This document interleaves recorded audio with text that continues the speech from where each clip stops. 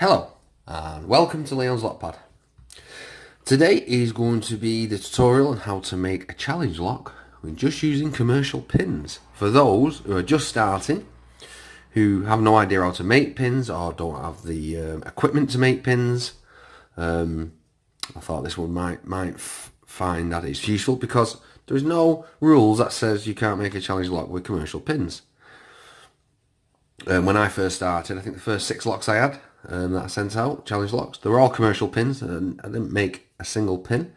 But today we're going to do commercial security pins and show you what happens, and then the next video will be a challenge lock like usual, and then one after that we're going to do another one on this lock with some stuff you can make at home without making pins. But before we do, if you're interested in Locksport and you want to get involved, please check out www.uklocksport.co.uk, or you can find us on Discord, Extraordinary League Pickers, and at UKLP on Facebook, which is Lockpicking and Locksport.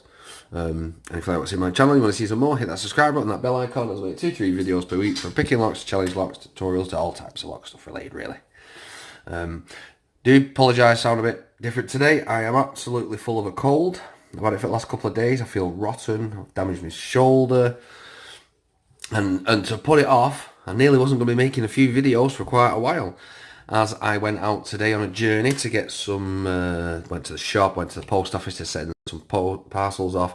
I had to go to the tip to get some rubbish. I did about a 10-mile run. Left my phone on the roof of my 4-wheel drive. So thought I'd lost my phone. Luckily, came in the house, realised that where's my phone, went out, and it was still on the roof. Wow, what a relief. But yeah, let's get on with this. So what I have got here already,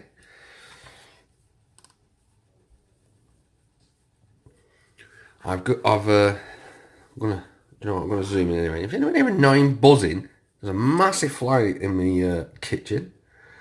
I swear to God, I'm gonna chin it if it comes anywhere near me, because it's just irritating. Right. So what we got? This is a lock that I got from Paul Springett. He sent me a couple of these ovals. Absolutely love these. He sent a lot out. I've turned one into a challenge lock. This one is my pin tester. This one I do keep. I test all my pins on it before I put them in most locks that I make now. Show you the bit into the key. Just got nice bitting. We won't do anything about springs at the moment. We'll talk about springs on the next video I do upon this. So what we're going to do is we're going to put in our key pins. Now this came with a key, but it didn't work. I repinned it so obviously so the key would work. And this is what I mean about your security pins. Now the security pins I've used, I've not made them. I've got them out of other locks, except for one, which is a little tricky one, and I'll show you what that is. It's something that nearly everybody has in every home. Right, as you can see, turn it this way a little bit. Now all of them need picking, even though these two are near the top. They're not quite at the top. As you see, fits perfectly. They're all nice and smooth. But when I remove this, nearly all need picking. So what we've got here, this is what we've all got in our house. It's a ball chain that you get on your sinks, toilets, dog tags, key rings, and you just snip two off, so you get 2. So it acts like a spool. This is like an Assa barrel. This is not homemade. This is I got this out. I think I got this out of an Assa. A steel standard driver at the top. These are the original drivers for that lock. We have a steel. I got this out of an Amos. This is a steel spool. This is a mushroom pin. You can see it slightly tapers up outwards, and the last one, I can't remember where I got this. This is a serrated driver. Now you don't have to use a serrated driver, quite hard to get hold of. I can't actually remember what lock I got this from. Your spools though, most of these you can get them in brass, you get them in Yales. If you have a look inside them, or Millers, you'll find them in ISOs or ASOs or whatever. So they're easy to do, and what you're looking for is the depth of your key pins when your key is removed. So this ball, if I put it in here, as you can see, the interaction is dead on the bar in the middle, which means it will get hung up on there. And then you get your Asa barrel. You can put one of these in there. You can put just a spool in there, but it's all to do with the interaction. When I drop that in there, it won't get the second one. That second serration is wasted upon it, but the first one will hook up on there.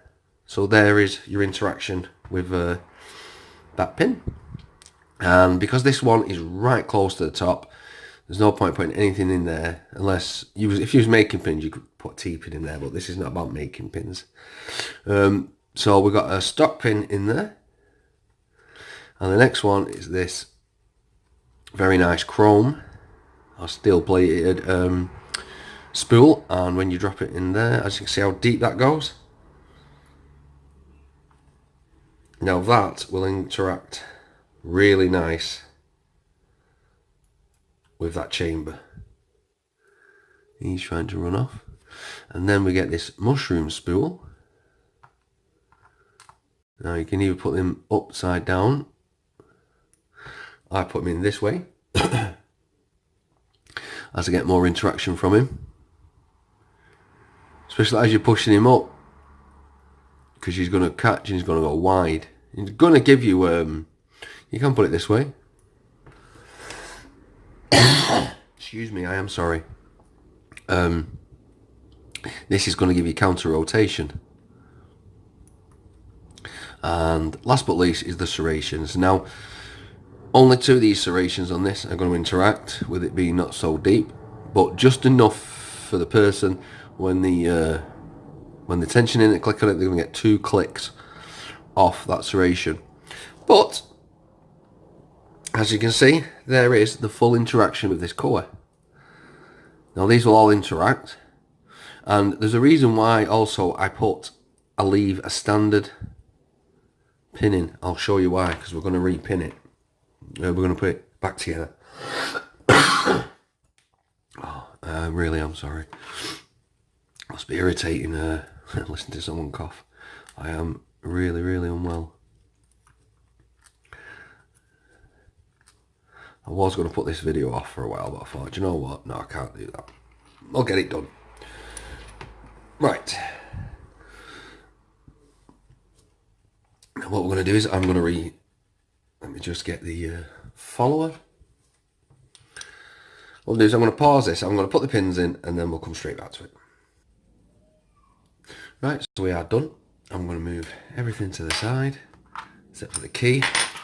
So we are all put together, and as you can see, works absolute smooth. There are no hang-ups or anything, and the reason is I put our standard key pin in, because when you look at the core, if you put too many spools in, you get slop in the core where it really turns a lot, and you know there's something it's going to be fairly tricky. Now this has got good tolerations, this lock, so that one decent driver, there is hardly any movement in that core, and that's what you want, because it feels like it's standard then. Now we're going to see if we can pick this. Now picking it with standard springs, picking it with standard pins, it took me just under a minute to get it picked, because the tolerances were really good and you could really tell what was going on. So hopefully I'll get that good feedback from these pins. Now I know the order of what the pins are in.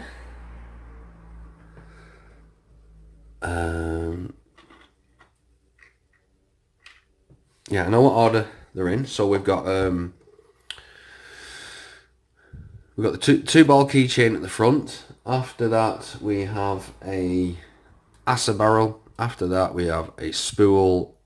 Then we have a stock. then we have a mushroom, then we have serrated at the back at number 6. Now let's see how this feels. Now, move this light over a little bit. I have not actually picked it as it is like this.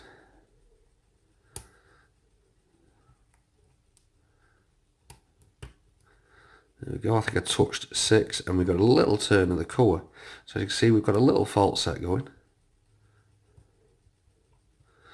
Now, the good thing about this lock is the rotation.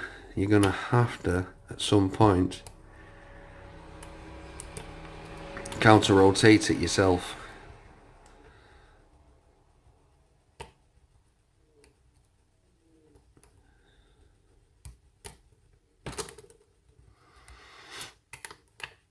I have to go for a reset on that.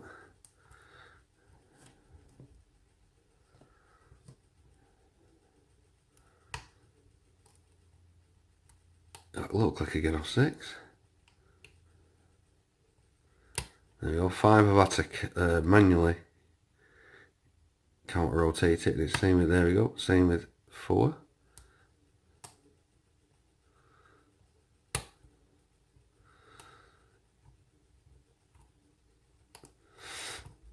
And that's the good thing with the manual counter rotation, is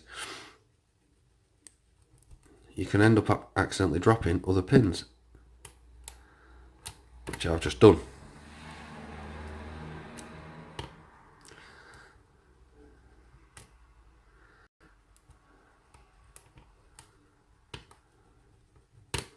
What we're looking for is a real deep fault set. When we get that really deep fault set, I know I'm 1 pin from picking it.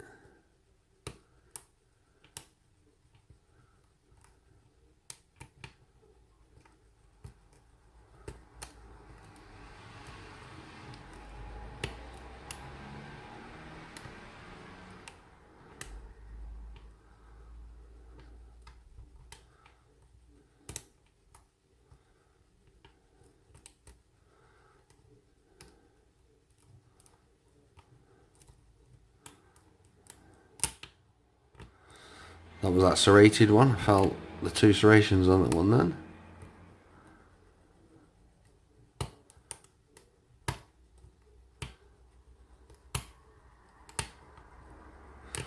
I've got another fault set now, slightly deeper. Right, so I've got nothing on 2. Oh, got a nice bit of movement on 3. There's nothing going on at the back, which means I think they're set. 3 is trying to overset me. Not 3, that's 4. 4 is trying to overset me. I'm getting counter on 2.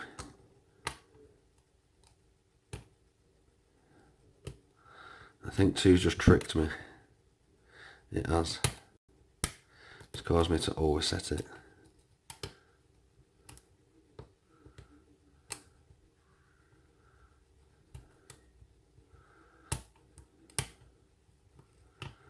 There we go, got a nice little fault set back again. So now I've got to carefully find the 1 pin.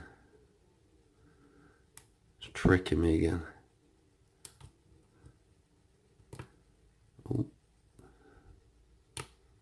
Oh, there we go. Now we've got that deep fault set. Can you see that? Turn it that way. We've got a nice deep fault set. I know now that it's the ball chain that's done that. Just give me 1 second. I don't want to lose that. I'll start again. So I know 1 is causing that problem. So if I get to 1 and slowly push on it, looks like I'm going to need a bit of counter it myself.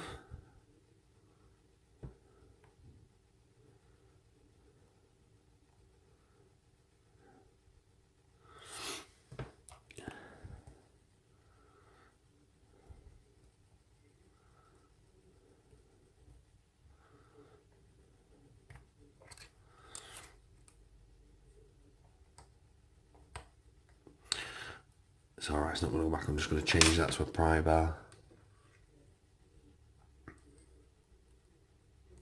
There we go. A little bit more control over the counter.